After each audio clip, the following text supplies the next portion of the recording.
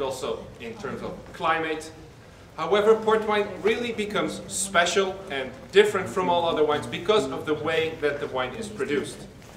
And especially important in the production process of the wine is the fermentation, which is a natural reaction in which the sugar from the grapes gets transformed into alcohol. In the production of port wine, this process is interrupted when it is about halfway. Interrupted by the addition of another very important ingredient. And this ingredient is a very strong and very pure type of brandy, a distilled wine alcohol, very pure with 77% of alcohol. And when this is added to the still fermenting wine, what happens is that the fermentation stops, and the sugars that are still in the wine at the moment the brandy is added will not become alcohol anymore, so they stay behind in the wine. This, of course, explains why port wine is a lot sweeter than the average wine.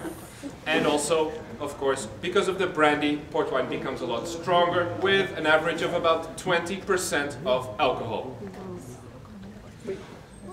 The wine is produced not here, but in the region itself, in the wine production facilities. That is where the grapes are grown, also where the fermentation is started and where the brandy is added. So the young port wine is produced there, and then transported to cellars like this one.